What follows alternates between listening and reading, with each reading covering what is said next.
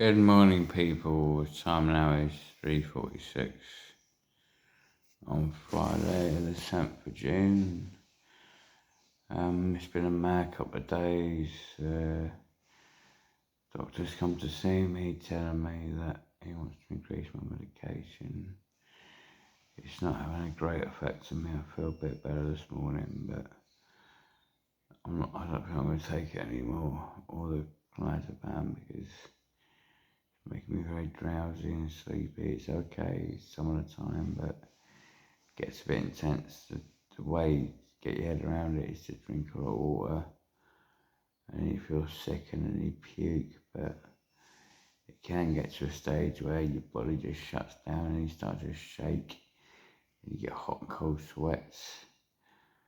And you feel really cold one minute and you feel really hot the next, and it's not nice really. It's not very humane, but I kind of get you need something of a low dose sometimes, but when you're having it all the time at high amounts, right up to a maximum dose and beyond, it can slow your brain down, slow your mind down, slow your body down. You get constipation, you can't shit, you can't fart, your body gets clogged up, your arteries get clogged up, your whole body shuts down, and then you just turn into a cabbage, like a robot, a vegetable, it's not nice.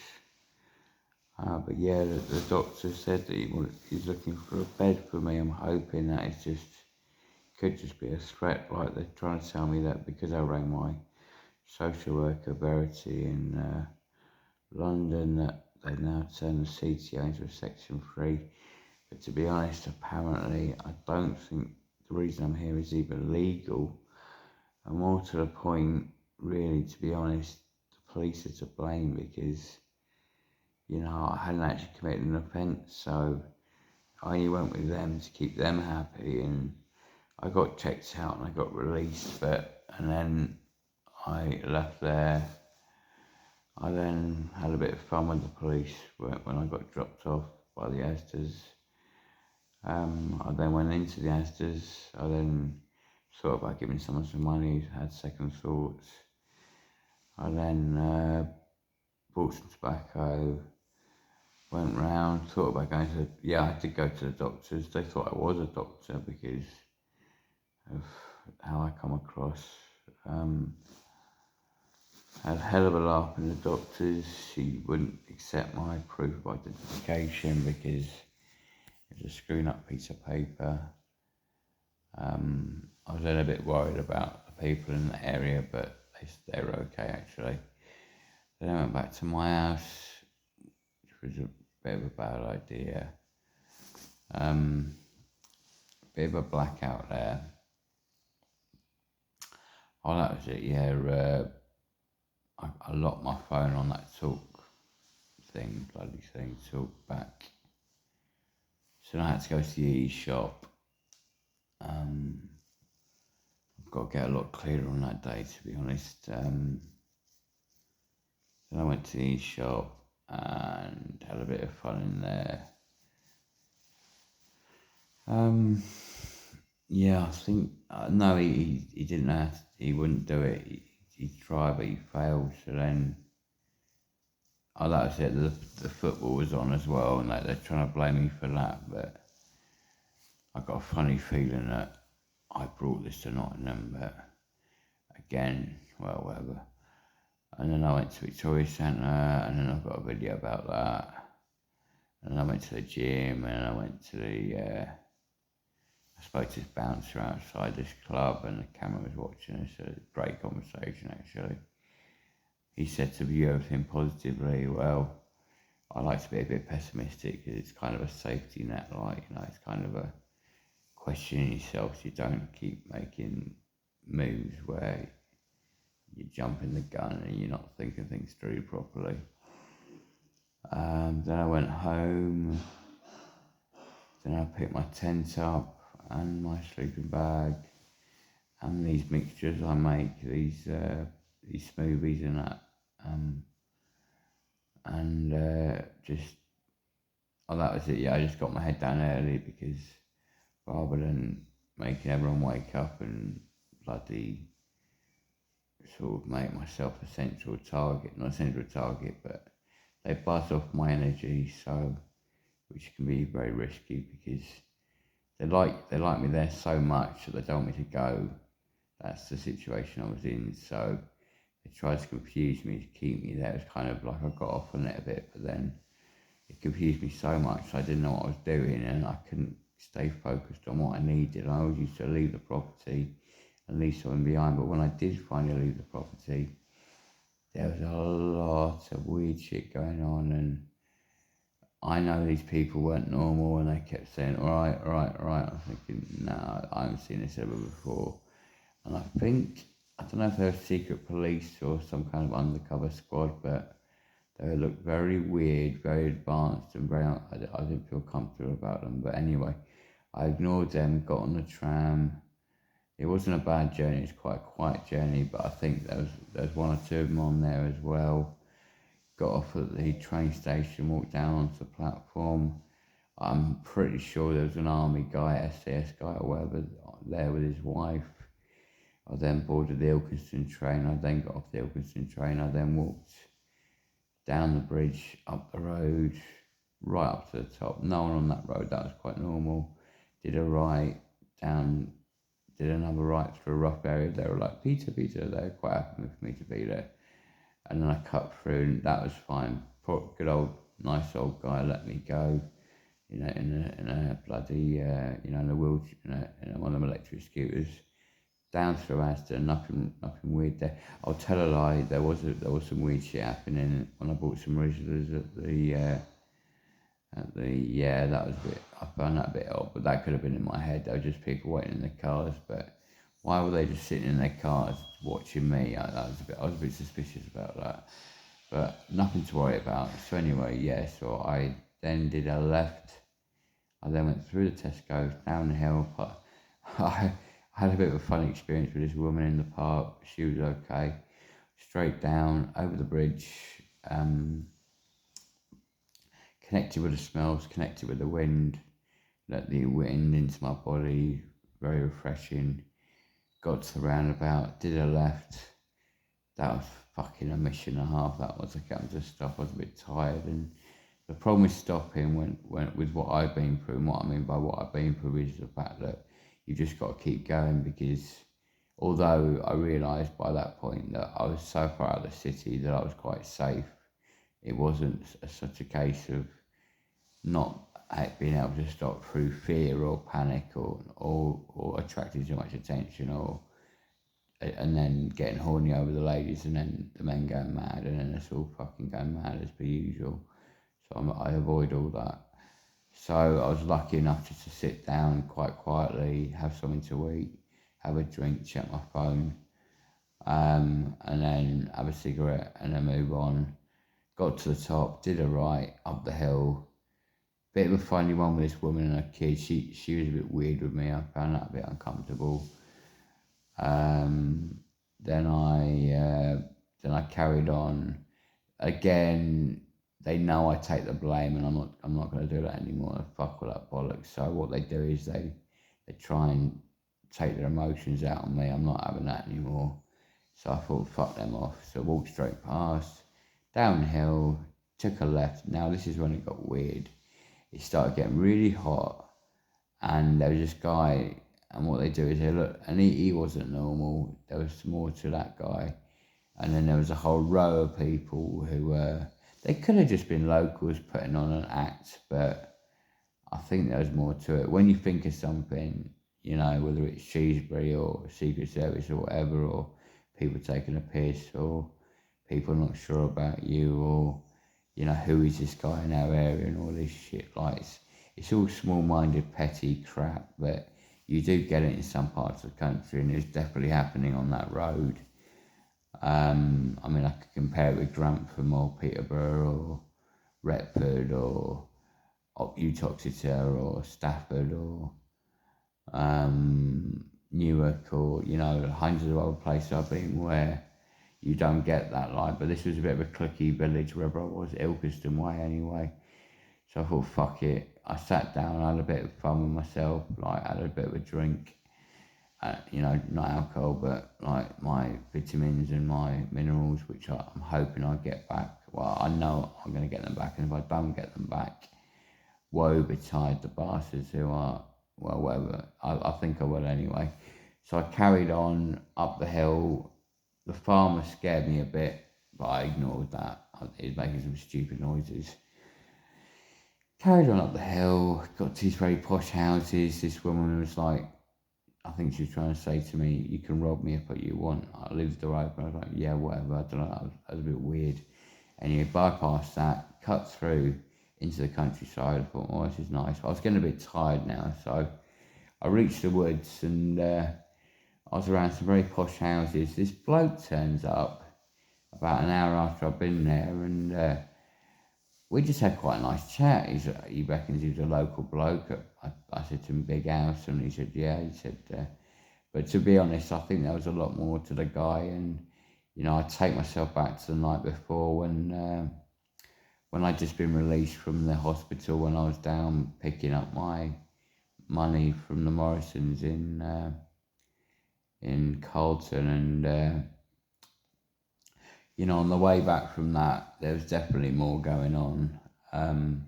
Not everyone, but just one or two I was a bit unsure about, like, you know, and particularly that night on the way through, when I was locked out, and on the way back, and when I was in the forest, you know, those winds weren't normal, like, you know, they were manufactured, like, and the planes overhead.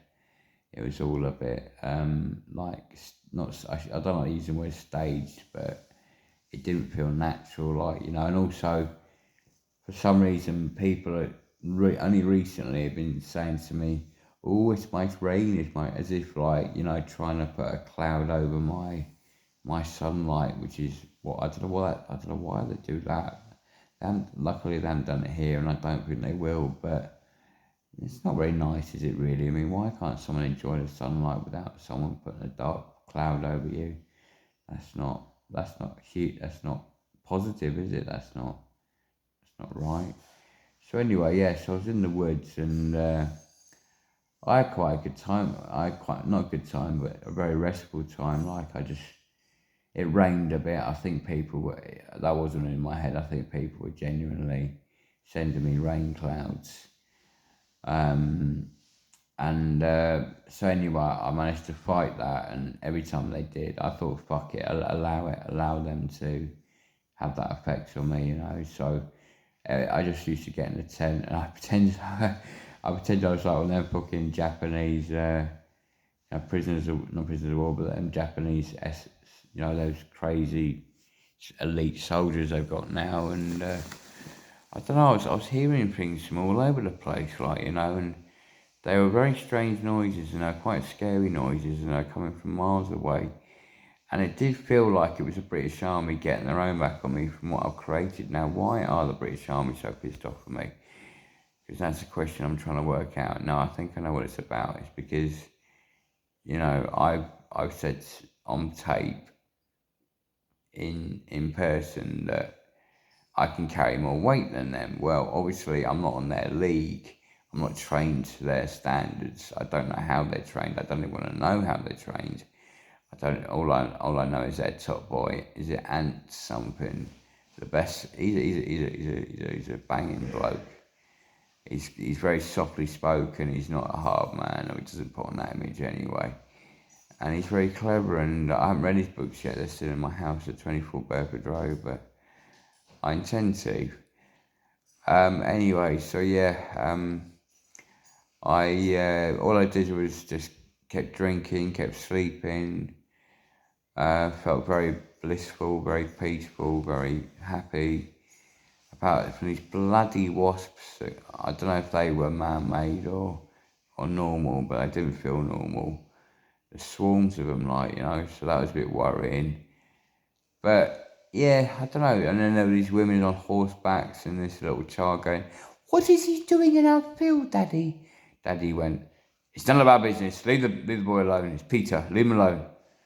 They knew who I was, and they knew there was more going on. And this is what I mean. Like, I'm now in this hospital, and Anyway, so this guy turns up. We had this very amazing conversation, which I do like to have these amazing conversations with people, and not many. I suppose we can all do it sometimes, and we all enjoy it. But obviously, we're in a working environment at the moment, so you're not going to get that perfection or that ability for someone to open up to such a degree that they'll tell you more of their life story than they would want to normally, because they enjoy freeing themselves of their pain and suffering, and not only that, it improves their lives, not necessarily yours. But again, it's that CARMA word, one facing front to three facing back, as I've written on my Facebook page. And I'm in a situation now where I'm up against a lot of darkness, a lot of evil stuff, particularly with this Fraggle of a doctor. He's not a nice man. He doesn't want the best for me. He doesn't care about me. I'm just a number. I'm just a product. I'm just a machine. I'm just a fucking toy that needs to be altered. He doesn't care about my physical health, my mental health, my spiritual health, my emotional health. They don't care about who you are here. That in these places, it's not about, and I don't think it ever will be. And we're living in cloud cuckoo land if we think any differently. But I came here under the disguise or the impression that, as the police say, you will get the help. But we all know what the police are up what they're about, which is control, contain, getting one up on you, getting one over on you, and using you for any purpose they see fit, which is pretty sick. But that's the reality of this country, if not the world at large. And I think the only people that are above it are the creme de la creme. But even with them, let's be honest, they've got their own darkness to face. They've got their own problems. No one's free of it. No one is above it all. And they are as guilty as the next man's, and they've got their own darkness and depravity and craziness and pain and suffering to face. And no one gets away with anything, and that's the truth. And if these people think I need to be on something, then yes, obviously I will take it. But like I said, I don't want to be so drugged up I don't know who I am anymore. So, and they are pretty good here compared to other hospitals where they don't completely bang you to a severe degree with things you can't handle. So far, they haven't done that to me. They've been quite lenient with me. They've been quite happy with me. They've been quite friendly with me. They've just said to me, if you don't want to take it, fine, you don't have to take it. The trick is not to get angry, or not to get wound up about it, or not to get, But anyway, so yeah, I was in the forest, and I just got this message. There was a message from God saying, don't go. And I was like, okay, I'm not going to go.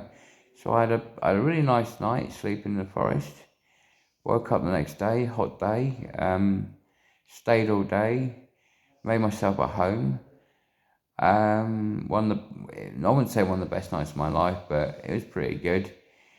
I felt really achy, and as I drifted back into the village, it was really nice. It was a lot calmer. The people were a lot more respectful to me. They didn't see me as a threat or an aggressor or a bad person. I calmed down so much that I just enjoyed listening to them talking to their dogs and whistling at their dogs. And then I hit the main road, and this woman knew exactly who I was. And she was going, oh God, I don't want to sound arrogant, but she was like, I wouldn't want a bit of him. She knew exactly who I was, and I thought, no dear, I'm sorry, but I've got about £10 to my name. It's not happening. And this is the thing, you see, is that I'm not a rich man. I'm a very poor man, but I do have an income, but it's there and gone. And I do want to improve my income. And the problem I've got is that I don't know whether these people want me to improve my income. I don't know whether they want me stuck in these dark, sadistic places for the next 10, 20, 50 odd years. And I don't mean that seriously, but what I mean is that I don't know whether they want to see me suffer to such a degree that, they talk about ECGs and blood tests, and we all know what that's about. It's about clozapine and mood stabilizers, and Yeah, you can view it positively, but I've learned that mistake in the past. I'm probably giving away way too much here, but that's the reality of it. The pharmaceuticals are not nice people, and they know that I can be a threat to them, and they know in Marseille there's something called the European Court of Human Rights, and this has been discussed a lot over the last couple of years, and I've also been threatened a lot, so it's up to them to realise that what they're doing is not the right thing, but it's out of their hands, it's just a job to them. But there's a lot of snotty wankers here, and I mean snotty, they are fucking sick. Sick little fucking lizards or ants or mice or rats or, some kind of really, like hyenas, or you think of the most sick little pathetic, snotty fucking, it's these students again. This one student yesterday, she really, and where do they think they are, thinking they're better than me? You know why they think they're better than me? It's because of the state of my flat, the fact that I piss myself, which actually heats my body up to such a degree that women think I'm sexy. I can't do it here because it makes a place smell, but because what I ingest is so pure, what I mean by that is I only drink lettuce. I mix 10 pence lettuces, radishes, melons, mangoes, oranges, strawberries, cherries, the kale, obviously for the muscles, spinach, meats, cheeses, butters, milk, chocolate, coffee, and I'll be honest, I am carrying more than the SAS. I know I am, but they carry about 80 tons. I carry about 120 tons. So, I do carry more than them, but they obviously carry a lot further. They have to go across a lot more rough terrain. They are trained to a lot higher standards, so we're not on the same level. I'm quite aware of that, but I do like carrying that weight around with me, even though not everyone takes a piss. It's normally inquisitive, like, do you know what I mean? People are interested in why I am who I am and what is in the bag. But with the problem with what is in the bag, it comes with more risks, which is me sort of agreeing with the police that I am a target. But look where I am now, I've got myself from a dark picture. Not that I want to, not that I want to go back to Burford Road. Well, to be honest, yes, I do now need to go back to Burford Road because this is more dangerous than Burford Road. A trillion times more dangerous than Burford Road. It is, yeah. I mean, I may as well be in solitary confinement. I haven't been out for a cigarette for 7 days. Not that I want one, but I'm using this thing that you spray up your nose, which is quite nice. But the thing is, my head's been spinning a lot overnight, and I mean really spinning, like when you feel like you're whiting off alcohol or cannabis or some other medication.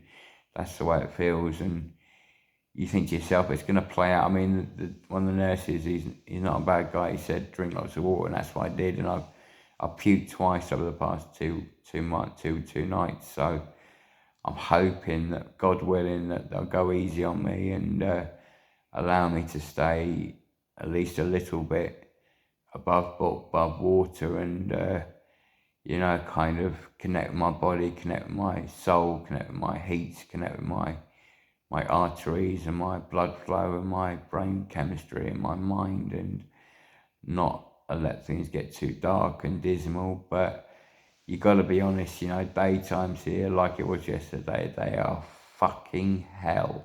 You've got about 50 people all playing their own little head game, and they're bouncing so many ideas off each other, you can't keep up with it. So you end up very confused, very underhand, very manipulated, and it makes you feel sick, makes you feel small, gives you bad feelings in your stomach, you feel inadequate, you feel undermined, and it is a kind of mental torture, but not only is it mental torture, it's mental bullying.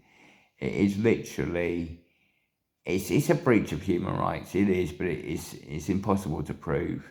and it is minor and it does pass. But if it's a constant barrage round the clock, a bit like what they put some people through in prisons and stuff, then that does become very serious. And I have experienced that in the past, and that can lead to depression, anxiety, panic, suicide, and which also leads to heavier drugs like risperidone, haloperidol, clozapine, Acufase. The worst, the one I've been on, the darkest time I had was on the mood stabilizer under Dr. Khan, the red liquid. I can't remember what it's called, and lithium, that's another one. I think that's the one they were trying to get me on the other day. They are both extremely nasty, heavy, horrific substances that once you take it, immediately you are comatose to such a degree that you won't get out of that air. If they put that on me now, I will be stuck in that state until the day I leave here or I'm sent to someone else. It will still follow me around. That's how dangerous these chemicals are. Some of them, you can wash them out of your system within a couple of days. Other ones have a long-lasting effect. And, and like I said, risperidone was the worst one. I came off it in March 2009. I haven't fully recovered from it till last year, this year, really. And since I recovered from it, it's actually been like a rebirth, But what's the point in trying to be positive with these people? Because there's no such thing. Because, it's not Smith and Jones. You're not talking to secret police. You're not bouncing ideas off them. You're giving away your power by being positive. They're using it all against you, and that's not paranoia. That's you being stupid, really. But there's no winning cure. Think about it. You go and see the doctor, you do your little piece, you come back here, they're making notes round the clock, they're exaggerating stories, they're manipulating stories, they're making things look a certain way. A picture's all been built, and then the next day you realise, now they're using that, But let's be honest, they are fucking light years ahead. There is no way you can keep up with this bullshit. You're one person, they're fucking a team of 500 per hospital, 8 hospitals a county, 52 counties a country, and then they've got the British Army on their side, the police force on their side, and every fucking other government official. And then that's just Britain, and then you've got every other, you know what I mean? So, you are a small fry. You are an individual fighting for your safety, security, and state of mind, So, it's a very scary position which is why I feel like not only taking out on the police and, sort of potentially I'm not going to become a Raoul Moat or a bloody Duggan, that's for sure, but that thought has crossed my mind at times because of how angry I've been, and, that's my point, I didn't have these feelings on Burford Road. And, that's what they're using against me there. You go from being emotional to being a dangerous, mentally, having dangerous thoughts within your mind, which is what you're there in the first place to get cured from. So it's just making a massive one little thing into 100 million other things, and it's just never-ending it's just a never-ending paper trail of bullshit. Like my dad said, just get rid of it. But even when I left the Bracton, I didn't get rid of those papers till February. And this is what I mean, you create a perfect world, you create a perfect life. But then I suppose everyone has ups and downs, don't they? So you have to take the rough with the smooth. But, like my mum says, she knows how to avoid these places, as do most people. I'll come back to what happened the last couple of days. I haven't fully talked about that, and I'm running out of space now. I've got 3 minutes left. So I'll round it up by saying, I am worried. I'm worried about things, definitely. I've got a potential tribunal next week, and they are going to use the state of my flat, what's happened here. They're going to go down the route of, well, he can't be in the community with his state. But that's what I mean. They create that state. They won't admit it, but that's how it works, and they know that's how it works because it's a power trip. Because they are so controlled and stuck in their modus operandum of needing to control people to make themselves feel better. I mean, you should see some of the state on a lot of these staff, man. None of them are healthy. None of them are fully functional and happy people.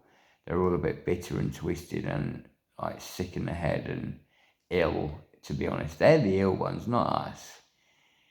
And I don't think I'll ever reach a stage where you can go to, unless you're super rich or, a police officer or whatever, I don't think I'll ever reach a stage where there'll be genuine care, when care means care, and,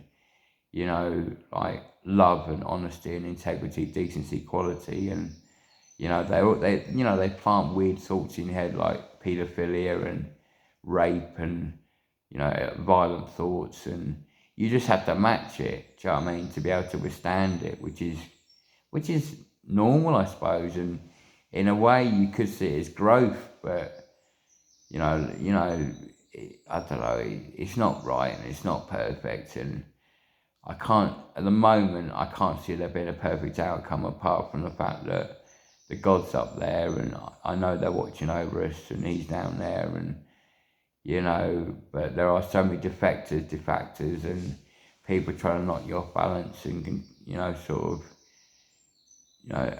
deflect your mind so you can't think straight, and which isn't working anymore. But when this tribunal does kick off, I can see there being a lot of problems. But luckily, I've still got that 14-day Section 2, requirement or right. So I suppose I'll have to use it to the best of my advantage and hope these people aren't too snooty and stuck up, and hopefully they're a bit down to earth and a bit like the Labour and the Liberal people, and not some hoity-toity load of fucking scumbags that just want to bury you and already know that you're going to fail before you walk in there. I don't really know what my rights are at the moment. I think I've got more rights under Section 2 than Section 3. But it's just danger and risk, isn't it? And, I have kind of raised my voice and shouted from the rooftops. So, whether they can see through that and see that it's been caused, whether they're willing to see that it's been caused by this and I can prove that, then I should be right. Anyway, 5 seconds. Goodbye, guys. Have a good day.